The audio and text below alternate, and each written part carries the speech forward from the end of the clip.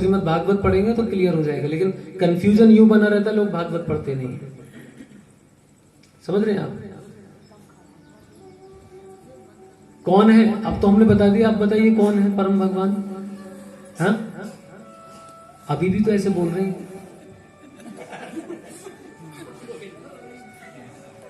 अरे अभी भी कम से कम जोर से तो बोलकर बता दो। गोविंद कौन है? गोविंद भगवान श्री कृष्ण। और इस बात को केवल मैं नहीं बोल रहा हूं, इस बात को ब्रह्म संहिता यदि आप पढ़ेंगे तो ब्रह्मा जी लिखते हैं ब्रह्म संहिता के अंदर, ईश्वरः परम कृष्ण। आप लोग मेरे पीछे बोल सकते हैं, आप लोग बोलिए, ईश्वरः परम कृष्ण सच्चिदानंद विग्रह अनादिरादिर गोविंदे सर्व कारण कारणम। ब्रह्मा जी कह रहे हैं कि ईश्वरः परम कृष्ण सच्चिदानंद विग्रह अनादिरादिर गोविंदे सर्व कारण कारण। समझ रहे? वही भगवान श्री कृष्ण क्या करते हैं? अपना विस्तार करते हैं भगवान विष्णु के रूप में। क्या करते हैं? और विष्णु भी एक नहीं, 3 विष्णु है, महाविष्णु, गर्भोदक्षाई विष्णु और क्षीरोदक्षाई विष्णु। तो जो महाविष्णु है वो है जो क्षीर सागर में लेटे रहते हैं, शेषनाग की सैया पर लेटे रहते हैं, फिर वो अवतार लेते हैं। समझ रहे हैं? भगवान ने क्या कहा है भगवत गीता में? परित्राणाय साधुनाम, कि जब साधुओं को कष्ट होता है, दुख होता है, तो मैं उनके दुख से उनका उद्धार करने के लिए, और विनाशाय च दुष्कृताम, दुष्टों का संहार करने के लिए, हाँ, धर्म संस्थापनार्थाय, धर्म की पुनर्स्थापना करने के लिए, संभवामि युगे युगे, मैं युग युग में अवतरित होता हूं। इतनी सटीक भविष्यवाणी करने वाले, इतना सटीक ज्ञान देने वाले आपके भगवान, हाँ, और इतना सुंदर ज्ञान मिलने के बाद भी हम सनातनियों की ऐसी दुर्दशा कि कोई कह रहा भगवान ये है, कोई कह रहा भगवान वो है, किसी को कुछ पता नहीं। हाँ, ये प्रभु जी ने जो बताया, प्रभु जी ने कहा कि भगवान वो हैं जो हर बार अवतार लेते हैं, है ना? भगवान अवतार लेते हैं, लेकिन हम पूछ रहे हैं, इन्होंने आंसर सही दिया, हर बार अवतार लेते, लेकिन लेता कौन है अवतार? वो कौन है? सारे अवतारी भगवान श्री कृष्ण। कौन है? हाँ, जिनके ही रूप है भगवान विष्णु।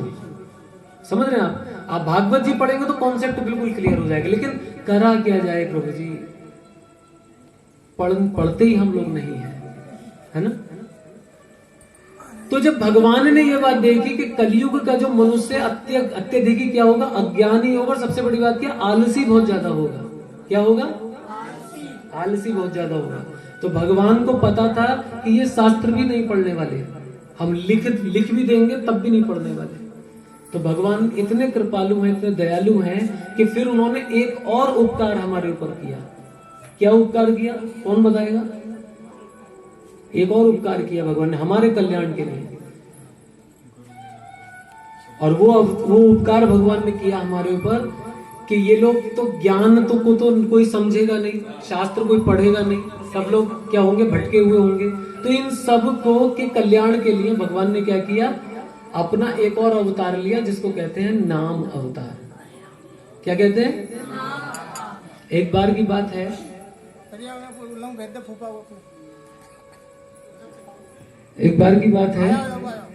कि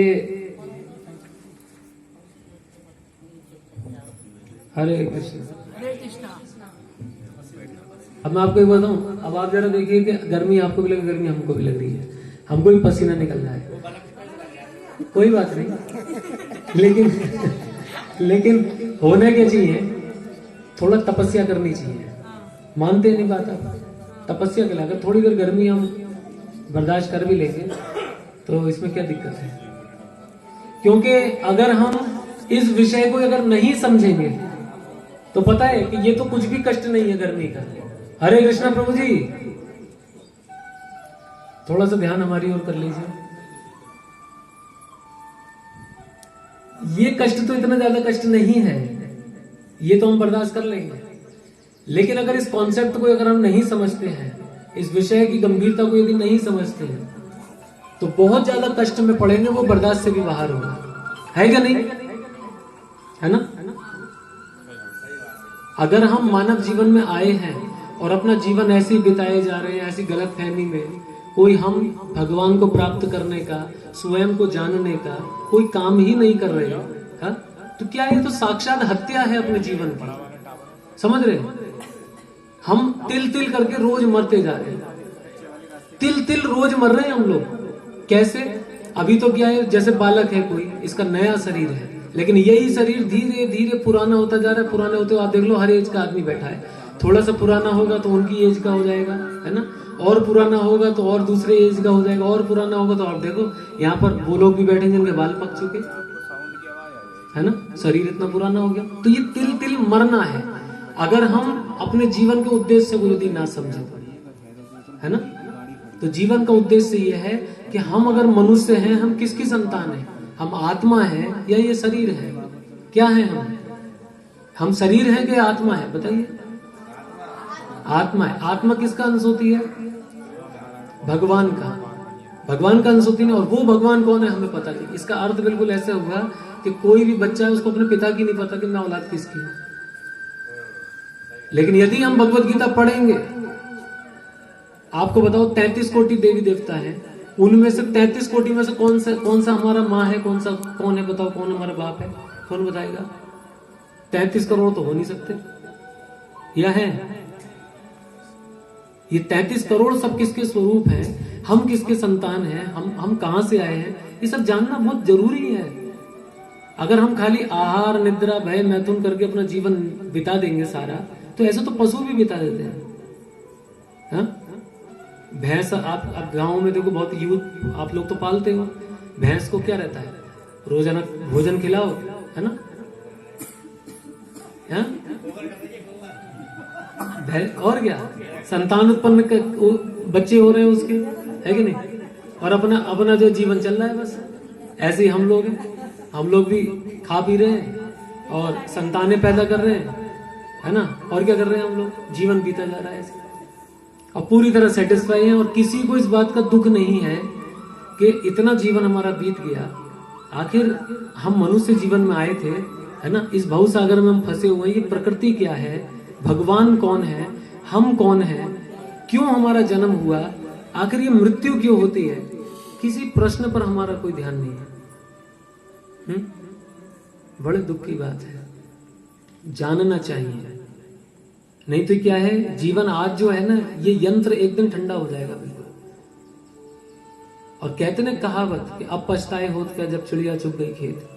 फिर क्या होगा कि वही भगवान का नाम हमारे कान पर सुनाते हुए लेके जाया जाएगा। राम का नाम सत्य है, हरि का नाम सत्य। बोलेंगे ना? बोलेंगे।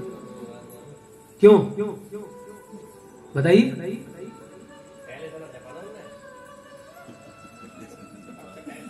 तो तभी तो हम कह रहे हैं कि पहले से ही हमें जप लेना चाहिए। अगर हम जीवित हैं, बहुत बड़ा सौभाग्य है। आप में से कितने लोग, हम पिछली बार माला दे करके गए थे, ध्यान है आपको? कितने लोगों ने माला ली थी? वो हाथ ऊपर करो, जितने लोगों ने माला ली थी। विनीत प्रभु जी, क्या यही लोग थे क्या? बस नहीं,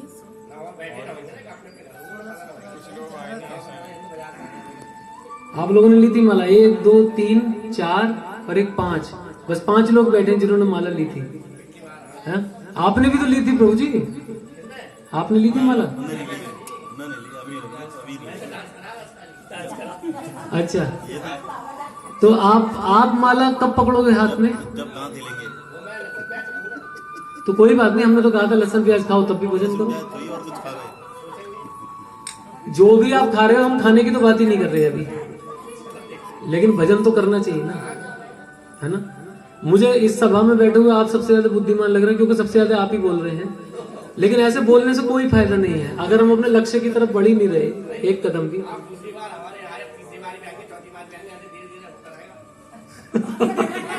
ऐसे धीरे धीरे होता तो रहेगा, लेकिन यदि बुद्धिमानी तो तब है जब पहली बार संकेत मिल जाए। हाँ,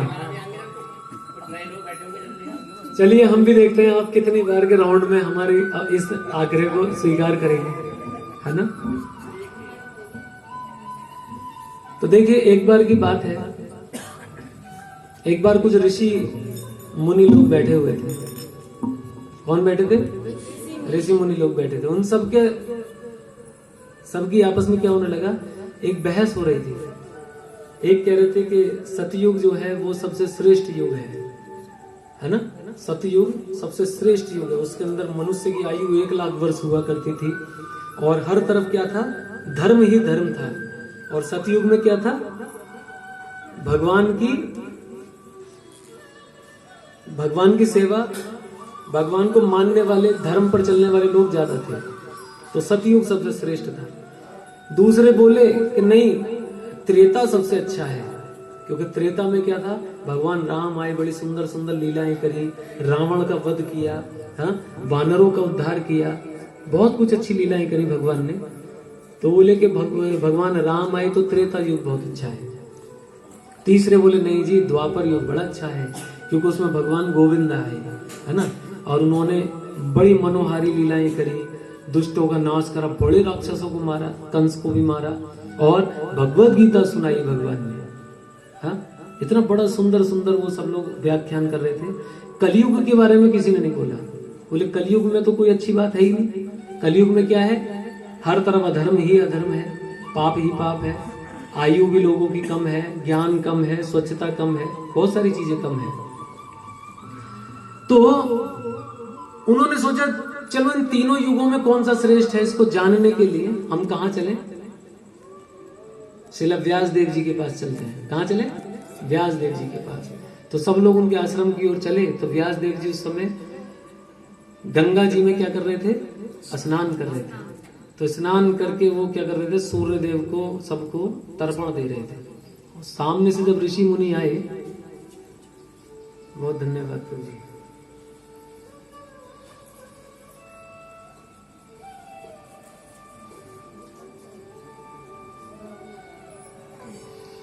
तो सामने से वो ऋषि मुनि चलते हुए आ रहे थे, जिन्हें ये पता करना था कि इन तीनों युगों में कौन सा युग श्रेष्ठ है, सतयुग, त्रेता या द्वापर।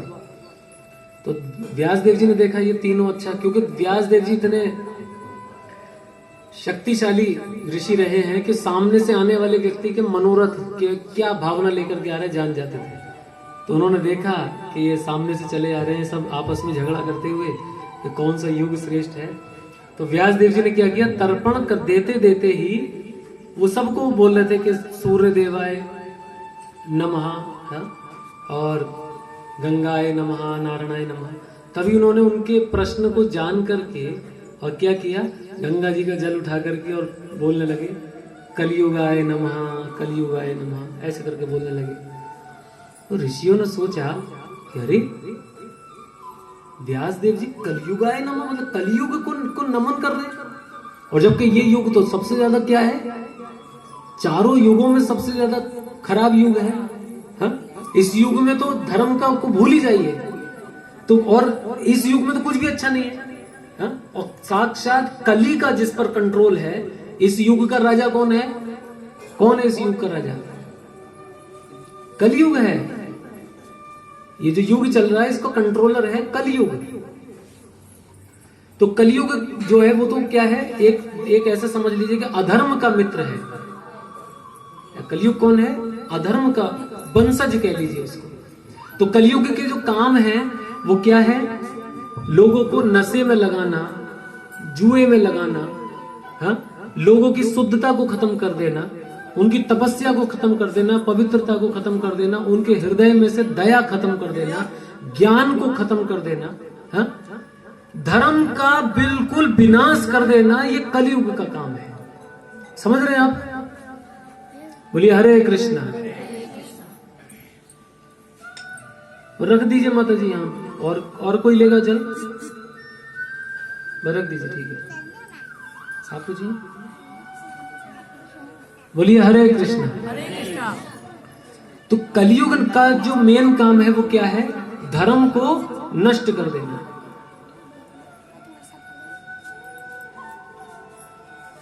तो कलयुग को तो कोई अच्छा कह ही नहीं सकता, लेकिन यहां जो है व्यास देव जी क्या कह रहे हैं, कलयुग आए नमः, ऐसे बोल रहे हैं, कलयुग की तारीफ कर रहे हैं, उसको नमन कर रहे हैं। तो उन ऋषियों ने आकर के पूछा कि व्यासदेव जी हमको उत्तर तो मिल गया हमारे प्रश्न का कि चारों युगों में से कौन सा श्रेष्ठ है, तो आप कह रहे थे कलयुग है नमः, जो कलयुग है वो सर्वश्रेष्ठ है, परंतु ये कैसे सर्वश्रेष्ठ है ये हमको जानना है ना।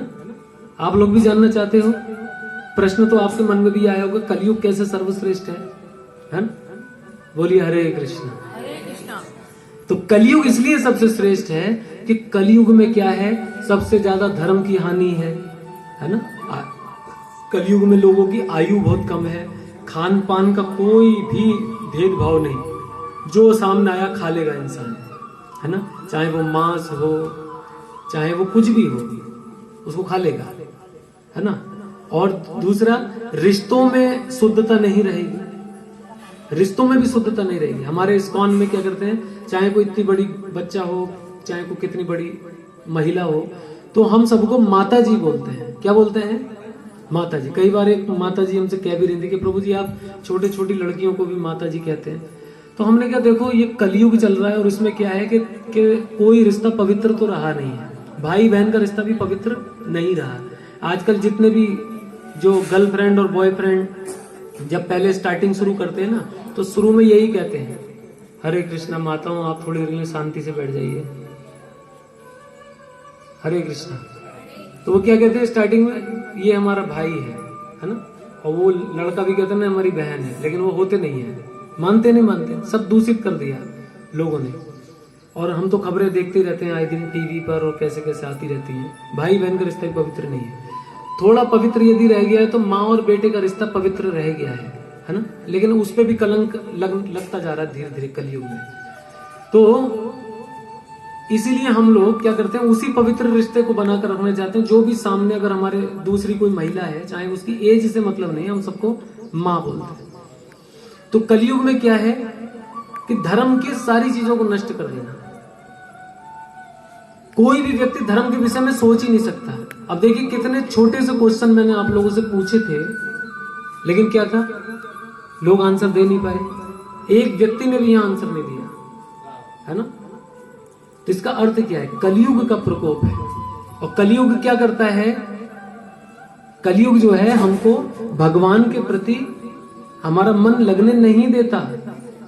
जैसे ही हमको पता लगेगा कि हाँ कि ये धर्म की का मार्ग है, तो कलयुग हमारा मार्ग भटका देगा, हमारा मन को भटकाएगा, सारा सब कुछ गड़बड़ करेगा। तो लेकिन फिर भी ये युग इसलिए सबसे ज्यादा श्रेष्ठ इसलिए कहा गया है कि कृते ध्यायतो विष्णु त्रेतायाम यजतो मखे द्वापरे परिचर्यायाम तदकलो हरि कीर्तनाथ। क्या कहा गया है कि सतयुग में जो फल बड़ी बड़ी हजारों वर्ष तक तपस्या करने से जो फल मिलता था, समझ रहे हैं आप, सतयुग में लोग, आपने सुना होगा कितने हजारों वर्ष तक ऋषि लोग तपस्या करते थे, उनके शरीर भी खत्म हो जाते थे। एक ऋषि थे, उनका नाम था,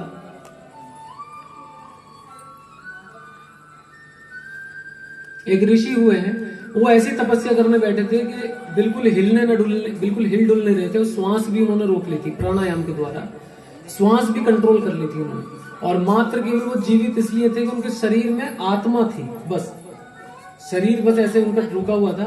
तो धीमे धीमे चींटियों ने, दीमक ने क्या कर लिया, अपनी बाम्बी बना ली। बाम्बी समझते ना, आपने देखा होगा कई जंगलों में वो सांप की वो होती है, तो ऐसे टीला बन जाता है, हाँ बम्बी बोलते हैं, बमी। तो ऐसे मिट्टी चढ़ते चढ़ते, और उसके अंदर वो ऋषि थे और पूरा मिट्टी का पहाड़ सा बन गया, समझ रहे। ऐसी कठोर तपस्याएं करते थे पहले ऋषि मुनि। क्यों कर लेते थे? क्योंकि उस समय आयु बहुत ज्यादा हुआ करती थी लोगों की, है ना। बोलिए हरे कृष्ण।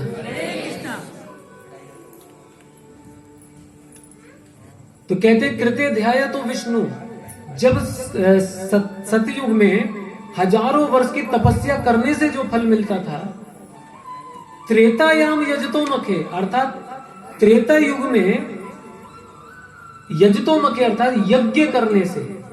त्रेता युग में भगवान को प्राप्त करने की विधि क्या थी, बड़े बड़े यज्ञ किए जाते थे। भगवान ने भी करा था ना, राजसूय यज्ञ किया था भगवान श्री राम ने। तो ऐसे यज्ञ करने से भगवान को प्राप्त किया जाता था, क्योंकि उस यज्ञ का अर्थ ये होता था कि व्यक्ति अपने स्वार्थ की सारी चीजों की आहुति यज्ञ में दिया करते थे। जैसे उनके पास धन है तो उसमें से धन की काफी मात्रा यज्ञ में अर्पित की जाती थी, स्वर्ण चढ़ाया जाता था यज्ञ में, हाँ, और सारे खाद्य पदार्थ जो हम खाते थे वो भी यज्ञ में अर्पित किए जाते थे। जो जो हम करते थे सब यज्ञ में आहुति दी जाती थी पहले। तो यज्ञ के माध्यम से भगवान को अर्पित किया जाता था, तो तब भगवान प्रसन्न होते थे। और जब उस व्यक्ति का जीवन जब समाप्त होता था तो क्या होता था, उसको भगवान की प्राप्ति होती थी। त्रेतायाम यजतोमखि, यानी कि त्रेता युग में बड़े बड़े यज्ञ करने से भगवान को प्राप्त किया जाता था। और यज्ञ वो इतना साधारण नहीं होते थे, आपने सुना होगा भगवान राम ने बहुत बड़ा यज्ञ किया है ना, और किसने यज्ञ किया था, दक्ष प्रजापति ने यज्ञ किया था। इतने बड़े यज्ञ कि आज की डेट में करने ही संभव नहीं है, कोई बड़े से बड़ा बिजनेसमैन ऐसा यज्ञ नहीं कर सकता। बहुत ज्यादा धन लगता था उन यज्ञों में, सारे राजा लोग इकट्ठे होते थे, सारे राजा उसके अंदर सहयोग करते थे, तब जाके यज्ञ होता था। और वो यज्ञ ऐसा नहीं होता था कि लकड़ियों के ऊपर थोड़ा सा कपूर रखा, माचिस जलाई और कपूर जला दिया, ऐसे नहीं होता था। मंत्रोच्चारण किया जाता था और अग्नि स्वयं ही प्रकट होती थी यज्ञ में, तभी यज्ञ स्टार्ट होता था। समझ रहे हैं? आजकल तो क्या कपूर जला जला करके हम लोग यज्ञ करते, संभव ही नहीं है। तो त्रेतायाम यजतोमखि, द्वापरे परिचर्यायाम, द्वापर में क्या माध्यम था भगवान को प्राप्त करने का, कि द्वापर में क्या होता था, बड़े बड़े मंदिरों में भगवान के जो सुंदर विग्रह होते थे ना, भगवान राम के जितने भगवान के 24 अवतार, वराह भगवान, कूर्म अवतार है ना, वामन अवतार, नरसिंह अवतार, तो भगवान के ये जो विग्रह की विधि विधान से जो सेवा की जाती थी, आरती पूजा, भगवान की अष्टयाम सेवाएं, अष्टयाम मतलब समझते हैं, 8 पहर भगवान की सेवा की जाती थी, अष्टयाम सेवा, और बड़े विधि विधान से, बड़े बड़े ही नियम से, कठोरता से भगवान को जगाने से लेकर के रात्रि शयन तक बड़ी पवित्रता से सेवा की जाती थी। तो जब अर्चा विग्रहों की सेवा के माध्यम से भगवान को प्राप्त किया जाता था, तो ये भी बहुत कठिन था। द्वापरे परिचर्यायाम, तो ये तीनों ही विधि क्या थी, बड़ी ही कठिन थी। सतयुग में क्या बताया हमने, यस, ताली बजाइए, माता जी जबकि पीछे से आई सबसे लेट, लेकिन फिर भी देखो इन्होंने तुरंत एकदम कैच कर लिया है ना, ताली बजाइए। सतयुग में क्या प्रभु जी क्या विधि बताई थी हमने, आपसे पूछ रहा हूं व्हाइट शर्ट वालों,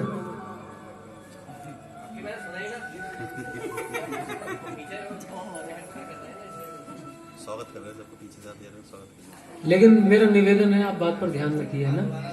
दूसरा जो है, त्रेता युग में क्या विधि बताई थी हमने, कौन बताएगा, हाँ कौन बोला, यज्ञ, वेरी गुड।